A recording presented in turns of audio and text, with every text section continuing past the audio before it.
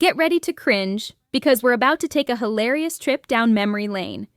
If you ever thought a mood ring was a personality trait, or that your jeans couldn't possibly get any lower, this one's for you.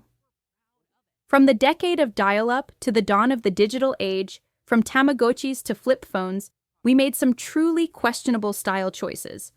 And we thought we looked amazing.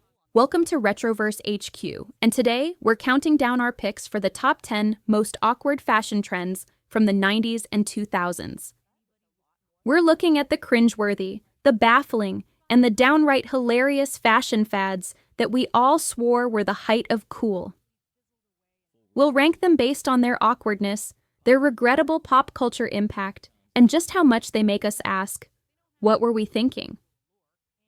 So grab your Discman and let's dive in.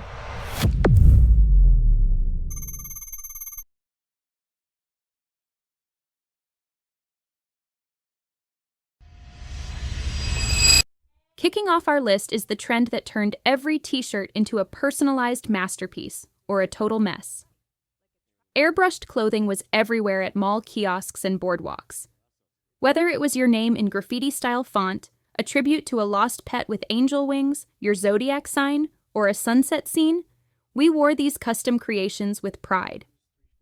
Popularized by icons like Mariah Carey and Destiny's Child, this was the ultimate self-expression before Instagram. The designs were bold, the colors were neon, and the shirts were stiff with paint. The problem? The paint cracked after the first wash. By the third wash, your masterpiece looked like it survived a war. But we wore those cracked shirts until they fell apart. Because they were ours, they were unique, and in the 90s and 2000s, that meant everything.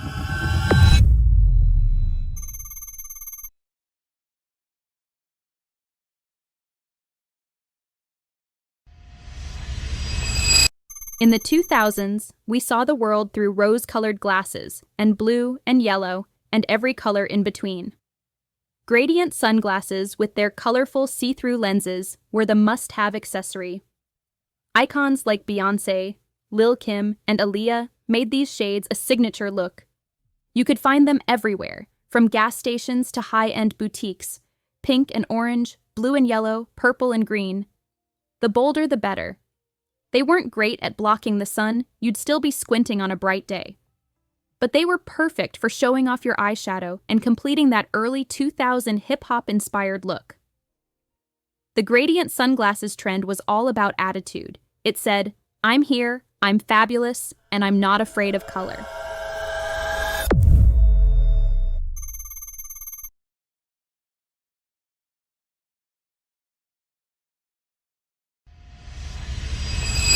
A look so bold it's been attempted by everyone from Britney and Justin to your dad at a weekend barbecue.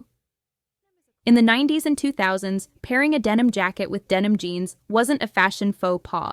It was a statement. The more denim, the better. Denim jacket, denim jeans, denim vest, denim hat. Some brave souls even added denim shoes. It was a sea of blue. The key was confidence. Bonus points if the washes didn't match. Light wash jacket with dark wash jeans, perfect.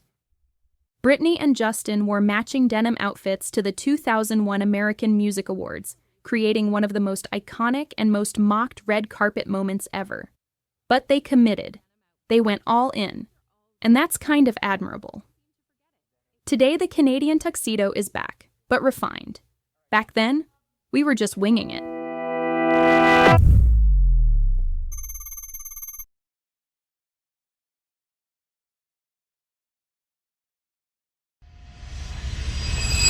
If it could stand still, we covered it in rhinestones, phones, belts, jeans, jackets. Nothing was safe from the bedazzler. This was the era of bling, where more was always more. The bedazzler could transform anything. Plain jeans, add rhinestones down the sides. Basic flip phone, cover it in gems. White tank top, spell out your name in crystals. Why have a plain phone when it could sparkle with every call? This trend was about adding extra glamour to everything, even if it meant leaving a trail of tiny plastic gems everywhere. The downside? Those gems fell off constantly. You'd leave rhinestones in your car, your house, your locker. But we didn't care. We'd just bedazzle it again. This was peak early 2000s excess, and honestly, it was kind of fun. It was crafty, creative, and let you customize everything you owned.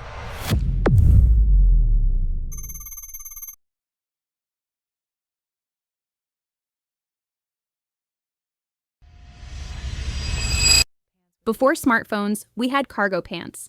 These pocket-heavy trousers were a wearable storage unit. You could fit your Discman, gum, wallet, keys, tissues, lip gloss, and probably a small woodland creature in those things. Each leg had at least 2 giant pockets. Some had pockets on the pockets. The problem? They gave you elephantitis of the lower half. The silhouette was boxy and unflattering. And in the 2000s, they were worn so low they defied gravity, paired with a tiny crop top for maximum awkwardness. Cargo pants came in khaki, black, camo, and denim. Skaters wore them, ravers wore them, suburban moms wore them. Everyone had a pair and filled those pockets with everything. You never needed a bag. Everything was right there, strapped to your legs. Looking back, they were practical, but also a fashion disaster. Function over fashion has never been so questionable.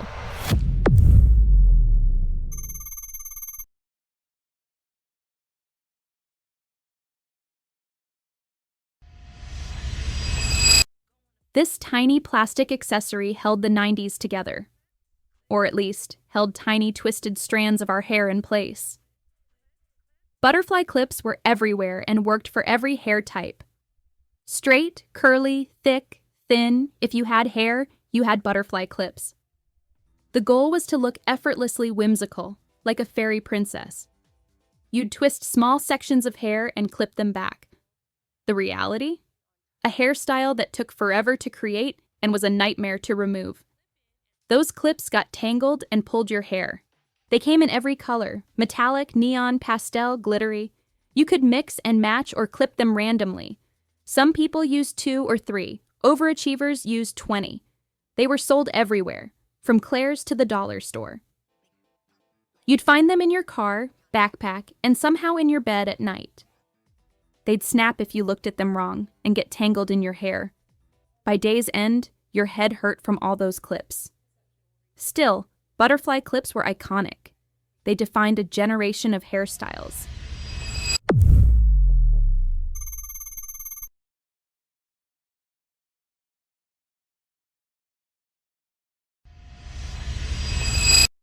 The Spice Girls unleashed this trend, and our ankles were never the same.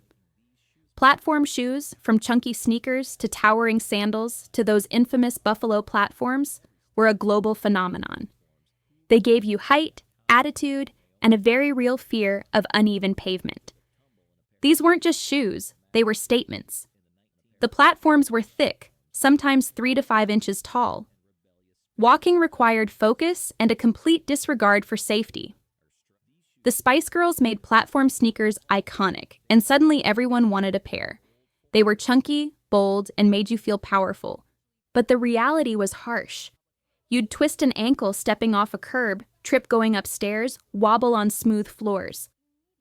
We all tried to play it cool when we stumbled. Because fashion is pain, right? These shoes were the epitome of girl power, but also a podiatrist's nightmare. They were heavy, clunky, and everywhere. And honestly, they were amazing.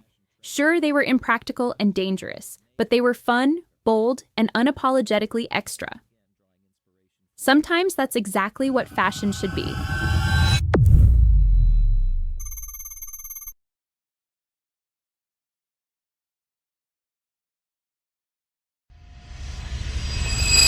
Nothing says I'm not going to the gym quite like a tracksuit made from couch material. Popularized by Baby Phat and Juicy Couture, the velour tracksuit was the unofficial uniform of the 2000s. It was comfy, came in every color, and was worn everywhere. You'd see velour tracksuits at the grocery store, airport, brunch, movies. They were the ultimate casual outfit, the perfect blend of lazy and luxurious. The fabric was soft and plush. It felt like wearing a blanket in public. The tracksuit came in a matching set, jacket, and pants, often with the brand name on the back. Juicy Couture famously put juicy across the backside, and somehow that became aspirational. Everyone wanted a juicy tracksuit. It was a status symbol. Celebrities embraced it. Paris Hilton, Jennifer Lopez, Britney Spears all rocked the look. It was casual, comfortable, and required zero effort. You could roll out of bed, throw on your tracksuit, and look put together. The Velour tracksuit was peak lazy luxury. It said, "I could be wearing real pants, but I choose not to."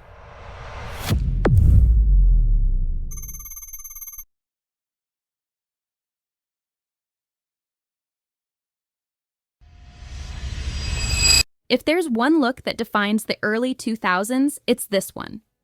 The waistlines got so low that plumber crack sexy was a real thing.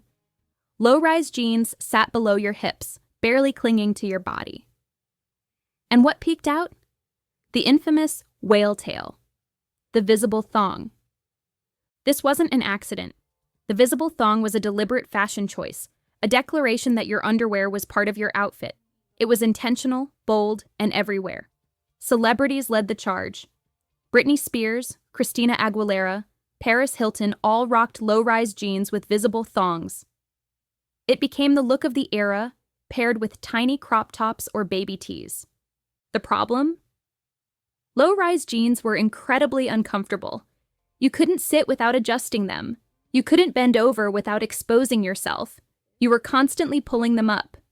And yet we wore them anyway, because that's what was cool. It was a time of exposed hip bones, visible tan lines, and a lot of confidence. You had to be confident to wear low-rise jeans. Looking back, this combo was a lot. It was uncomfortable, impractical, and kind of ridiculous. But it was also iconic. It defined an era. Before we reveal our number one pick, here are a few honorable or dishonorable mentions. Nameplate jewelry. Everyone needed to know your name in gold. This trend started in Black and Latino communities and became universal. Kangol and bucket hats, the hip-hop headwear that went mainstream. From LL Cool J to your neighbor, everyone had a bucket hat. Chunky belts, the accessory that didn't hold up your pants but looked cool. We wore them over everything.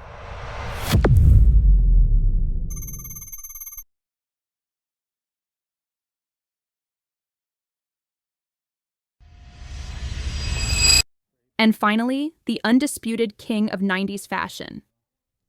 Baggy jeans. Inspired by hip-hop culture, this trend was truly universal. From JNCOs with leg openings wide enough to fit a small child to just oversized denim, these pants were everywhere. Baggy jeans were more than a trend. They were a movement, a statement. They said, "I reject fitted pants and societal norms." They were rebellious, comfortable, and absolutely massive. JNCO jeans took baggy to a new level. The leg openings were absurdly wide, sometimes 20, 30, even 50 inches around. They dragged on the ground, collecting dirt, mud, and water. The bottoms were always frayed, filthy, and too long. You couldn't walk without dragging them through puddles, and the sound of swishing denim still haunts our dreams. That constant swish, swish, swish. It was the soundtrack of the 90s. Baggy jeans were the official pants of skaters, ravers, hip-hop heads, and anyone who wanted to look like they were smuggling a TV. They were worn by everyone. Aaliyah made them iconic, pairing them with crop tops. TLC wore them. Wu-Tang Clan wore them. Everyone wore them. The drip was real, and it was usually just dirty rainwater. But we loved our baggy jeans. They were comfortable, cool, and made us feel part of something bigger. Today, baggy jeans are making a comeback with a more refined fit. Back then, there was no refinement. It was just baggy. Gloriously, ridiculously baggy. And that's why they're number one. So, do you agree with our picks? Which awkward trends were you guilty of rocking? Did you have JNCOs? Did you own a velour tracksuit? Were you brave enough to wear low-rise jeans and a visible thong? Let us know in the comments. If you enjoyed this trip down memory lane, hit that like button, subscribe to Retroverse HQ, and turn on notifications. We've got plenty more nostalgic content coming your way.